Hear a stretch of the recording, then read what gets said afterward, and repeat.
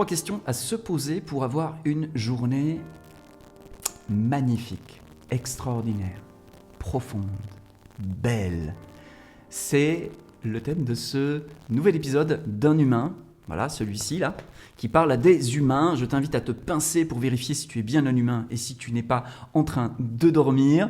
Et on va lancer cette nouvelle vidéo dans laquelle j'ai envie de te proposer de manière très concrète et très pratique 3 questions que tu vas pouvoir te poser à chaque fois que tu le souhaites, quand tu souhaites vivre une journée qui soit tellement épanouissante, tellement pleine, tellement complète, tellement waouh, tellement vivante, tellement sacrée.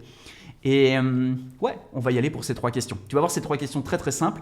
Et ensuite, eh bien, je te proposerai un processus en, je crois que c'est 3 étapes, je vais vérifier mes petites notes pour ne pas dire de bêtises, oui, en 3 étapes pour, mettre de côté notre ennemi public numéro 1 lorsque nous aspirons à débuter une journée du pied droit et non pas du pied gauche, c'est-à-dire du pied qui est fondamentalement aligné avec notre essence, avec ce qui anime cette essence, avec ce qui est derrière l'animation de cette essence, et puis tout ce qui va être décidé ensuite dans la journée.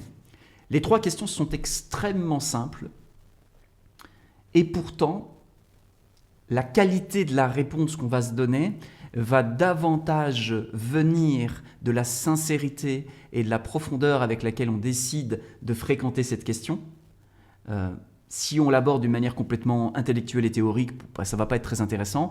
Mais si je l'aborde comme une question où vraiment, un peu à l'instar de ce que faisait Platon, qui posait des questions, mais qui les posait d'une manière qui permettait vraiment à ses étudiants de « Ok, mais c'est quoi? Qu'est-ce que je peux tirer de cette question qui soit vraiment vraie ?» Je t'invite vraiment à entrer là-dessus parce que si je veux la vérité, j'aurai la vérité.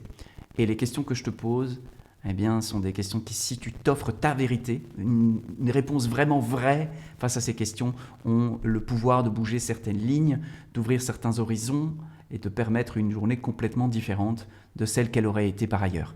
Parce qu'on sera d'accord là-dessus, les gestes et les paroles que je vais prononcer dans une journée sont le reflet de l'état intérieur dans lequel je me trouve. Si je me lève, je suis fâché, je vais avoir des paroles qui seront remplies de ma fâchitude, des gestes qui vont peut-être être un peu agacés, un peu nerveux, Et évidemment que ça, si je le pose dans le lien à ma femme, à mon mari ou à des amis, à mes collaborateurs, ça va avoir un impact sur leur état interne et donc sur leurs actions.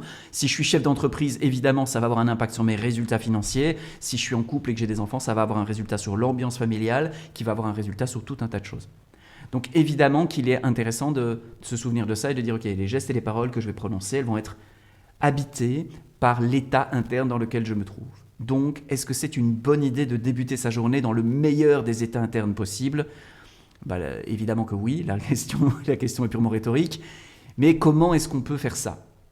Alors bien sûr, il y a énormément de choses qui sont proposées, qui sont connues, que tu connais peut-être, qui peuvent rendre l'état interne plus positif. On peut faire toutes sortes de techniques différentes et variées, passant par tenir un carnet de gratitude, faire des affirmations positives, prendre le temps de méditer, avoir une hygiène de vie ou un miracle morning.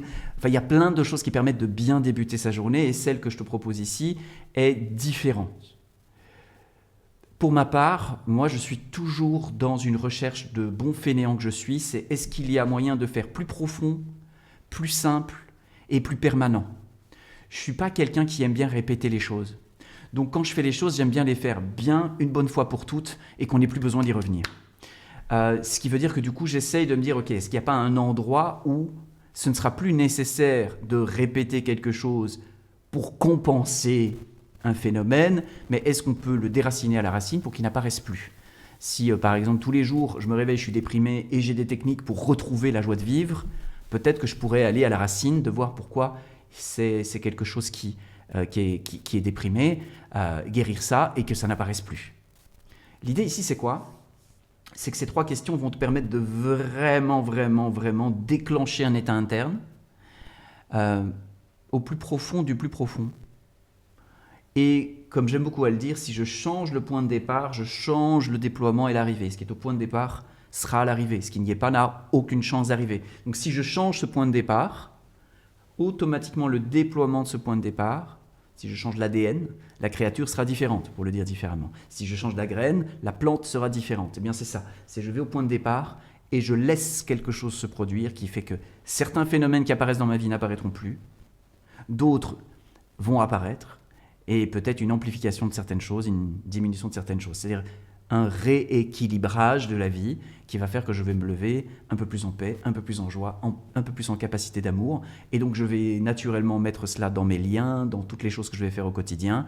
Et quand mes gestes et mes paroles seront transmettrices de paix, de joie et d'amour, eh bien les fruits de ces paroles et de ces gestes seront des fruits de paix, de joie et d'amour. Et allons voir jusqu'où ça peut nous mener individuellement et collectivement. En tout cas, c'est mon hypothèse et ma proposition. Alors concrètement, c'est quoi les 3 questions pour débuter une journée de manière divine, de manière parfaite, de manière harmonieuse? Eh bien, la première question à se poser tout de suite au réveil, c'est « Ok, est-ce que ce que je veux, vraiment, fondamentalement, c'est vivre dans la peur, dans l'anxiété, dans la manipulation, dans l'insécurité ? Ou est-ce que ce que je veux vivre, c'est vivre dans la paix, dans une réjouissance, dans une jubilation, dans une capacité et un plaisir à aimer ? Première question, très importante. Qu'est-ce que je veux ? Est-ce que je veux ça ou est-ce que je veux ça ? Alors bien sûr, d'un point de vue purement théorique, on va se dire, bah ouais, c'est évidemment qu'on préfère vivre dans la paix, dans la joie et dans l'amour que dans la peur. Mais bon, on fait pas ce qu'on veut, mais bon, c'est pas comme ça que ça se passe, c'est bon, c'est pas moi qui décide, et bon, il y a l'inconscient, et bon, il y a la société. En fait, on peut trouver tout un tas de boucs émissaires, ou tout un tas de bourreaux, en fait, qui définissent pourquoi je peux pas juste simplement répondre à cette question avec oui ou non, ou en disant c'est ça que je veux. Le but de cette question, et c'est vraiment important, c'est de voir que d'essayer d'y répondre, c'est automatiquement voir apparaître toutes sortes de choses qui disent « Oui, mais ça peut pas être aussi simple. Oui, mais ça n'est pas sous mon contrôle.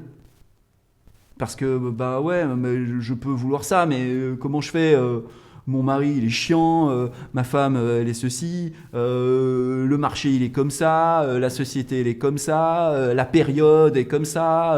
Bon, donc oui, mais c'est pas ça qu'on te demande. La question, c'est qu'est-ce que tu veux ? Qu'est-ce que tu veux ? À quoi tu aspires ? Et juste ça, la question c'est juste de trancher ça, juste de reconnaître et de se dire « Ouais, en fait, ce que je veux, c'est vivre vraiment dans la paix. C'est ça que je veux, en fait. C'est ça que je cherche avec toutes mes stratégies, mes trucs, mes machins. En fait, c'est ça que je veux sur le fond. Je veux me sentir en paix. Je veux sentir que ça... C'est en paix, mais c'est en joie en même temps. C'est pas juste... fatigué ou... Non, c'est pas juste... je suis en paix, j'ai fumé un joint, je suis trop bien, quoi. C'est quelque chose de je suis en paix, et je vois que c'est actif, ça pétille, ça jubile, il y a de la joie. Et en même temps, bah, j'ai envie d'aimer, en fait. J'ai envie d'aimer, j'ai envie d'aimer, j'ai envie d'aimer. J'ai envie de chercher des endroits où je vais pouvoir aller déverser cet amour, aller... En fait, j'ai envie de vivre ça, en fait. J'ai pas envie de me dire « Ah merde, putain, il faut que je fasse quelque chose là, parce que là c'est compliqué. Merde, quelle stratégie je vais utiliser ? Il faut que j'ai cette conversation avec cette personne. Ah oui, mais il y a ça, oui, mais il y a ça. » C'est un choix en fait. Mais d'abord, avant de choisir dans quel monde on veut vivre, c'est déjà de voir à quel point ce qu'on veut, c'est vivre dans ce monde-là. Première question. Elle n'est pas si simple. Parce qu'on peut vite embarquer dans « c'est impossible, c'est pas possible, pour moi, c'est ceci, c'est cela ». Et toutes sortes d'objections qui peuvent contenir une dose émotionnelle forte et très, très, très persuasive. Ce n'est pas parce que quelque chose traverse notre esprit et notre cœur et est très persuasif que c'est la vérité. Il est bon de se souvenir de cela, que ce n'est pas parce que ça a l'air vrai que c'est vrai, et que ce n'est pas parce que c'est très persuasif que je dois m'y soumettre. Je peux aussi dire, ok, ce truc est très, très persuasif, mais je vais aller voir si c'est vrai, et vrai de vrai. Je vais faire mon Saint Thomas. Je vais aller voir là derrière si ça tient la route ou si c'est juste très persuasif. Nous devons absolument considérer que l'espace de nos pensées et l'espace de nos émotions, ce n'est pas moi, c'est l'espace dans lequel apparaissent des pensées et des émotions. Et il y a des choses là-dedans qui, on peut déjà basiquement dire, qui m'appartiennent ou qui appartiennent à mes parents, ou qui appartiennent à ma lignée, ou qui appartiennent à ceci, à cela, cela. Mais au-delà de ça, on peut aussi considérer que ça ne m'appartient pas, c'est un champ que je perçois, dans lequel il y a des choses qui sont perçues, et dans lequel, derrière en dernier cours, je dois me souvenir que c'est à moi de trancher. Qu'est-ce que je laisse entrer dans cet espace-là? Qu'est-ce que je réfute? Qu'est-ce que j'interdis? Qu'est-ce qui est OK? Qu'est-ce qui n'est pas OK? Est-ce que c'est OK que ce type de pensée vienne constamment dans mon esprit? Oui, non. Est-ce que c'est OK que ce type d'émotion vienne constamment dans mon champ de perception? Oui, non. Se souvenir qu'on est le patron. On est la patronne, d'accord? C'est juste dire on est une autorité, quoi. 2. Une fois qu'on s'est posé la question de est-ce que je veux vivre dans la paix ou est-ce que je veux vivre dans la peur? Paix, joie, amour, hein? La deuxième question, c'est là, à cet instant-là, est-ce que je me sens plutôt être dans la paix profonde, établie dans la paix, je suis vraiment pleinement bien, je me sens pleinement bien, ou pas? Et c'est important d'être lucide là-dessus. Moi, quand je me réveille le matin, ce matin, je me suis réveillé pour te dire, je ne me sentais pas dans la paix, la joie et l'amour. C'est OK, il n'y a pas de problème avec ça. Je ne vais pas commencer à me taper dessus en me disant « Ouais, qu'est-ce que tu vas aller leur raconter ça alors que toi-même, tu ne le vis pas en permanence ?» OK, c'est pas la question. La question, c'est juste de dire « OK, je suis honnête, je suis lucide avec ça, je le vois. Je vois. Je me raconte pas d'histoire, je vois les choses telles qu'elles sont. OK, l'état est celui-là. Très bien. Mais l'état est celui-là, et je viens de me dire avant que ce que je voulais, c'est pas cet état-là. Donc, autrement dit, quand j'ai répondu aux 2 questions, je viens de mettre fin au statu quo et à l'enfumage. Ok, je suis plutôt dans la peur, je vois. Ok, je suis plutôt dans la peur. Et là, l'idée, c'est... Attention, l'idée, c'est pas de dire de quoi j'ai peur, comment je libère ça, quel outil je vais utiliser pour libérer ça. Vraiment, on va y venir. Mais simple, profond et le plus permanent possible. Ça, c'est vraiment ma ligne. Donc, ok, j'observe ça. Et ensuite, je me pose la 3e question.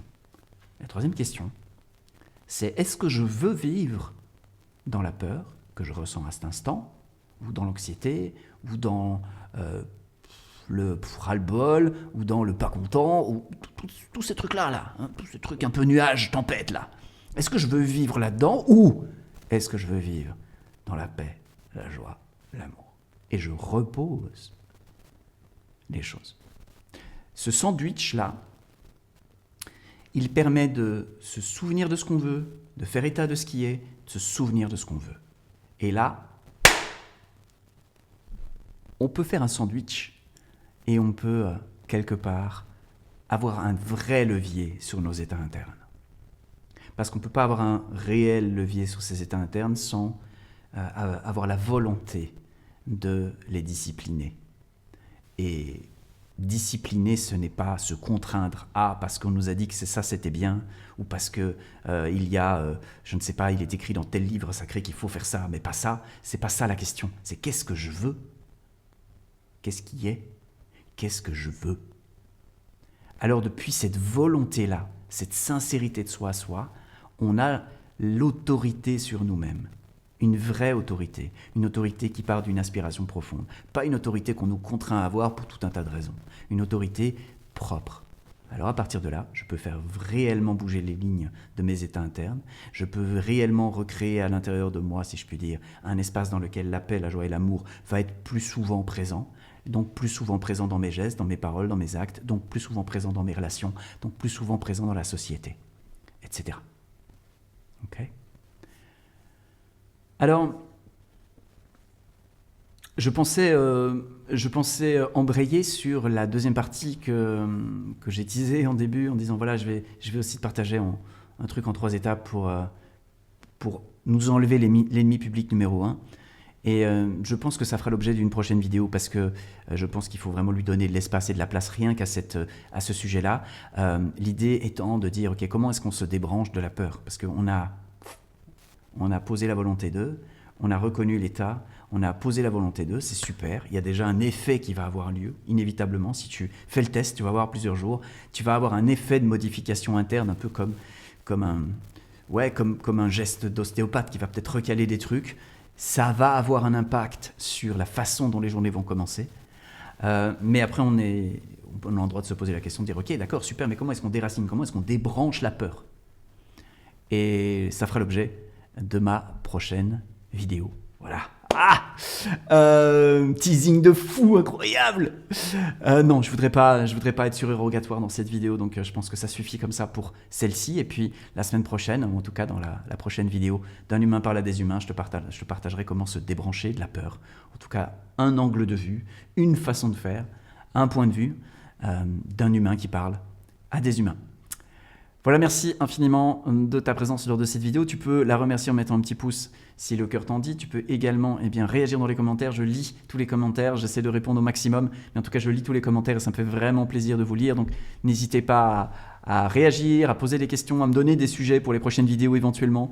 Ce sera avec grand plaisir que je les considérerai. Et évidemment, je termine toujours par cette façon de terminer, pour moi, qui est le plus important. Un humain parle à des humains, c'est une chaîne d'humain à humain. Donc si cette vidéo, tu penses qu'elle pourrait avoir de la valeur pour quelqu'un autour de toi, un ami, une amie, eh bien je t'invite à lui partager, à lui faire un petit mot. Écoute, hey, je sais que ça, ou voilà, je me sens très touché par ta manière de, et je pense que cette vidéo pourrait contribuer à ça dans ta vie, pourrait peut-être, voilà, ou simplement, et j'ai regardé cette vidéo, elle m'a trop parlé, elle m'a fait penser à toi, jette un œil, je pense que ça va te parler, ou toute autre manière de l'introduire. C'est beaucoup plus puissant lorsqu'on fait une vraie chaîne d'humain à humain, plutôt que de remettre tout dans les mains d'algorithmes qui calculent à notre place. Eh bien, reprenons aussi ce droit que nous avons d'aller vers un autre humain et de lui dire, tiens, ça, je pense que ça peut être utile pour toi. Je te remercie infiniment et je te dis à la semaine prochaine pour la suite de nos aventures. Salut!